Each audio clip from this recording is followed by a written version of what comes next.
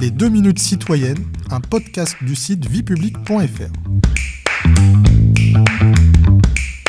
Bonjour, je suis Bertrand, rédacteur pour le site viepublique.fr, et je vais vous expliquer en quoi consiste le rôle du Conseil d'État.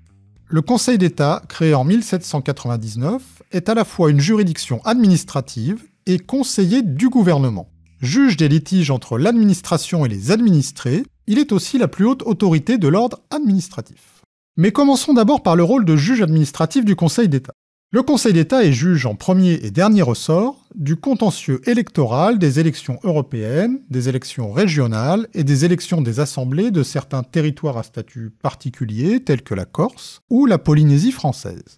Il l'est aussi pour juger des recours contre les décrets, les ordonnances, actes réglementaires des ministres. Enfin, il se prononce sur les recours formés contre les décisions administratives prononcées par les principales autorités administratives indépendantes.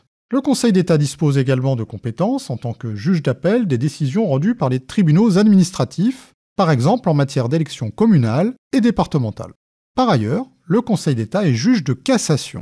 Alors en quoi consiste ce rôle ?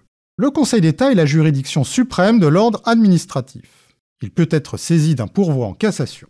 Il s'agit d'une voie de droit exceptionnelle par laquelle le Conseil d'État ne rejuge pas l'affaire, mais vérifie la correcte application du droit par les juges du fond.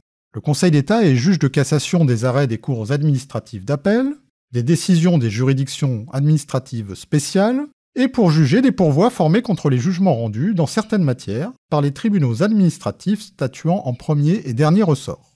Le Conseil d'État est également conseiller du gouvernement. Mais comment exerce-t-il cette compétence ? D'abord en examinant chaque année les projets de loi, d'ordonnances ou de décrets pour vérifier leur régularité juridique et leur opportunité en termes d'action administrative.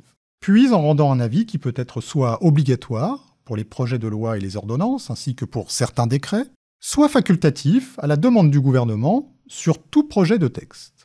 Le Conseil d'État peut aussi être consulté par le gouvernement sur toute question et rendre un avis. Par exemple, en 1989, il a précisé la portée du principe de laïcité dans les établissements scolaires à la suite de l'affaire du foulard islamique. Et, en 2015, il s'est prononcé sur la conformité à la Constitution du dispositif prévoyant la création d'un fichier judiciaire des auteurs d'infractions de terrorisme.